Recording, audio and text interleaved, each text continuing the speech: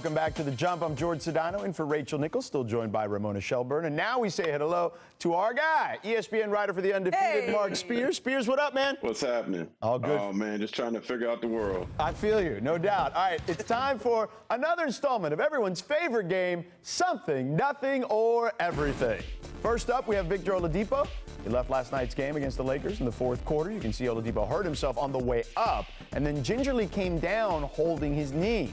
Victor will have his right knee evaluated Friday, today, according to Barry Jackson of the Miami Herald. So, Marc, is Victor's knee injury something, nothing, or everything? Well, initially, I thought it was everything. It's not every day that you see a player get hurt and then basically go straight to the locker room. Seeing how gingerly he landed was certainly a scary scene. But after the game, apparently he was congratulating teammates. And Bam Adebayo also said that he was in good spirits and expected him to be okay. So maybe it's just a little something.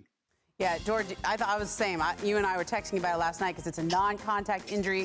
That's the same leg that he hurt. That's the same quad that he ruptured, and that's that right side. So I didn't like the looks of it, especially on a non-contact injury. But as Marc said last night, he gave his teammates a little sign of encouragement. And this morning when I've made some calls and checking on it, like I have the same encouraging signs. And we'll wait for the official report here. But just in checking with folks in Miami and close to Vic, it seems like things are going to be okay. It's not going to be serious. Yeah, I think it's something, too, though, because, again, you know, once you've had one of those injuries, you're always wondering, right? Like, the kinetic chain can be broken if it's been broken once. The biggest predictor of future injury is past injury, right? So, yeah, I think that for Victor's sake and for the Heat's sake, you want everyone to hopefully be on the same page and give him the rest he may need, right? Maybe he's back and ready to roll soon. Hopefully that is the case. If not, just give him a couple days off. So, Ramona, is Draymond criticizing young players as competitiveness something, nothing, or everything? I'm actually going to say it's everything, and I agree with him. I'm sorry. Like, that podcast was great. Okay, by the way, there's a lot in there. You should listen to it if you get a chance. Okay.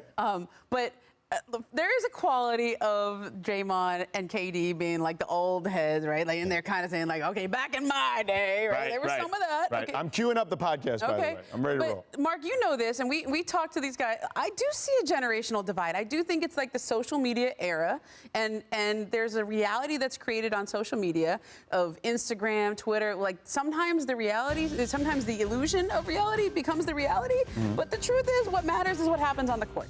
What matters is what you do on the court, what you win and accomplish on the court. And I don't know how many people could actually take a Draymond trash talking. There's not many in this league that could wither that. Yeah. But to me, there is something to it. And they made a point to not paint everybody with the same broad brush. Okay. There are some young players they called. I think they said John Morant's good. You know, he's okay. There's some young players, but that point about the social media and making that seem more important than actually winning games, that is something. And I know it's coaches are struggling with this. How do you connect with players who grew up completely differently than you? Front offices are, agents, everybody that we talk to in this business is having this whole, we got to learn how to talk to the young guys, right? Marc? Well, I think it's everything. We got to remember, like Draymond Green came into the league 9 years ago. Mm-hmm. So for most of these young guys, they were in junior high, and they've been following him trash talk this whole time. It has to be really, really intimidating to be some young dude to come in to talk to a guy with a quick tongue like that. I play dominoes with this dude. This dude trash talks in dominoes. He's got a quick mind. He's very funny.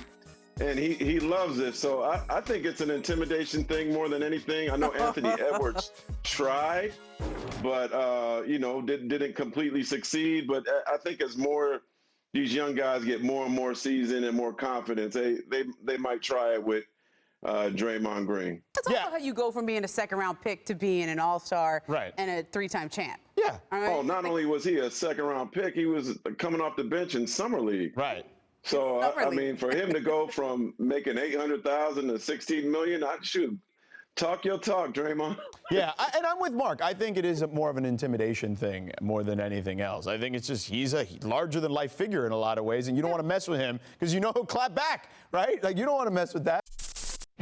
Thanks for watching ESPN on YouTube. For live streaming sports and premium content, subscribe to ESPN+.